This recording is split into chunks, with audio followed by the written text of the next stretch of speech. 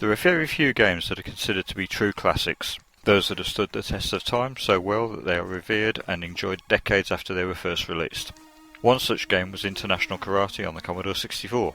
The one-on-one beat-em-up from Archer McLean was an instant classic, and despite the criticism at the time regarding its similarities to the arcade hit Karate Champ, it became a surefire hit. Despite using just a single button to control the fighter, the game was incredibly complex, delivering a diverse range of combat moves to the player. Couple that with superbly animated graphics and a great Rob Hubbard soundtrack, and it quickly became the benchmark by which others were judged. Rather than being a fast action beat-em-up of the style we are used to today, it was one that relied more on skill and control. Every single hit mattered, and each time a blow landed successfully, fighters would score a point and then return to the starting positions, ready to face off again in the same way they would in a traditional martial arts tournament. Score a set number of points before your opponent and you progress to the next stage.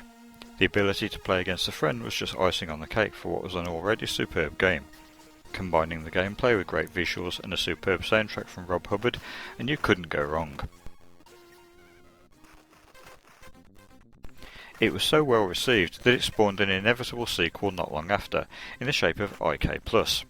Usually, sequels retread the same old ground and add little or nothing to the gameplay, often seen as just a way of generating extra sales from a loyal customer base who enjoyed the original.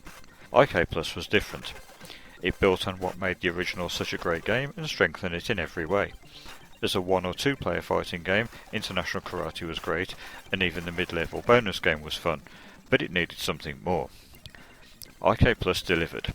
New bonus stages were added, the moves were refined and improved, and gameplay was faster, with fights flowing continually without pausing between points being scored. But the shock addition was the inclusion of a third fighter on screen.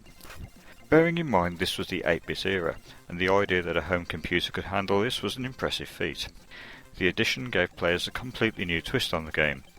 You could still play a single-player game, but this time you were up against 2 AI opponents, each of whom were trying to beat you senseless, and each other.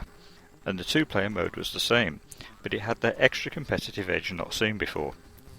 The game format remained the same, 30-second rounds with each successful hit being worth 1 or 2 points depending on how accurate it was. The first fighter to score 6 points winning that round. If none scored 6 points by the end of the 30 seconds, the one with the most points wins. If a human player came last out of the 3 in any given round, then it's game over. The graphics were revamped with better animation for the fighters, animated backdrops, and a remixed version of the original music, again by Rob Hubbard, this time with a more up-tempo feel to match the pace of the game. The game was reported to a few other 8-bit systems, in addition to the Commodore 64 original, and subsequently the Amiga and Atari ST. Considering the slick visuals, tight controls, and a reworked Rob Hubbard soundtrack, very little could be done to improve the game apart from a minor makeover, so Publisher System 3 left the game as it was. And that was really it for International Karate Plus. Nothing was seen in terms of a proper home version then for several years.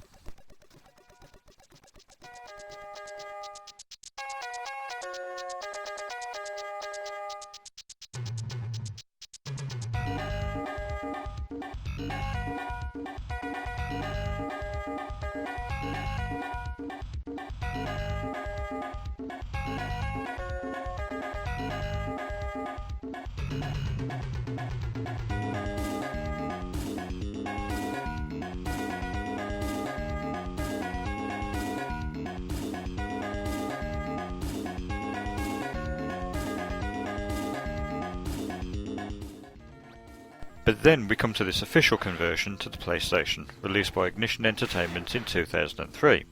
Handled by veteran programmer Jim Bagley, who is currently part of the ZX Spectrum Next development team. Rather than being a brand new version of the game or a new interpretation of the C64 classic, this port seems to be based on the Amiga and Atari ST versions of the game, and features a version of David Lowe's 16-bit adaptation of Rob Hubbard's IK Plus theme. As you can see, the game has been improved visually from the Commodore 64 original, but for those who remember the 16-bit versions, there doesn't seem to be that much of a change cosmetically. Considering the power under the hood of the PlayStation, this is something that genuinely surprised me. The game's control method has been retained, using a single button and the D-pad to access all of the movement and combat elements of the game. Despite the simple controls being a throwback to the 80s, it still works remarkably well, and offers a far deeper gameplay experience than you might expect. However, unlike its peers on the PlayStation, such as the Toshinden and Tekken series, I found that IK Plus didn't really feel suited to play with a joypad. The fast-paced gameplay and precise controls really need the robustness of a joystick, something that gives you a real sense of arcade feelback while you play, and this is something that just can't be replicated with a PlayStation controller. The same really applies to the 8-bit and 16-bit versions when played with anything other than a joystick, to be honest, so it's no fault of Jim Bagley and his team here. In fact, when recording the footage for this, I played both the Commodore 64 games on the C64 Mini using a joypad rather than a joystick to gain a more balanced comparison, and it was clear from that that the International Karate series was meant for arcade-style controls. I'm really torn over this game. I love the C64 originals, and this has retained all of the playability of those, but it woefully underuses the PlayStation's capabilities. In all honesty, the 16-bit versions weren't really a major improvement over the originals either, and as this is really a straight port from them, it feels as if it was somewhat cheated, and I genuinely expected much more than this. Modernising old games is never easy. Sometimes a lot of what makes classic games work so well can be lost when they are remade for modern audiences. I think what has happened in this case is the opposite. Archer McLean, who owned Ignition at the time, took his classic game from the 80s and simply allowed the development team to leave it exactly the way it was in the 16-bit days. The only saving grace was the budget price point, with this being released with an RRP of just £7.99. I'll be honest and say that had this conversion been released as a full price or even mid-price release, then I would have been disappointed or even felt somewhat ripped off had I purchased it. However, being released for less than either the 8-bit or 16-bit versions did originally certainly made this look more appealing. Despite being a fun game to play, it has dated, and as I said earlier, is hampered by its controls.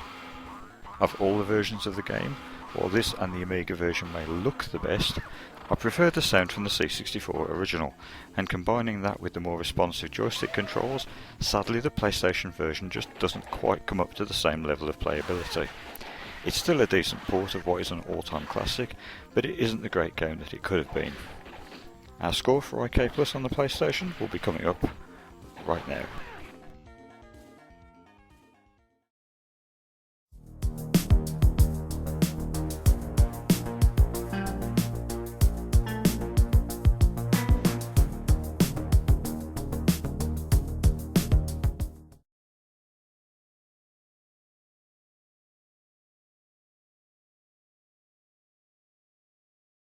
Thank you for watching.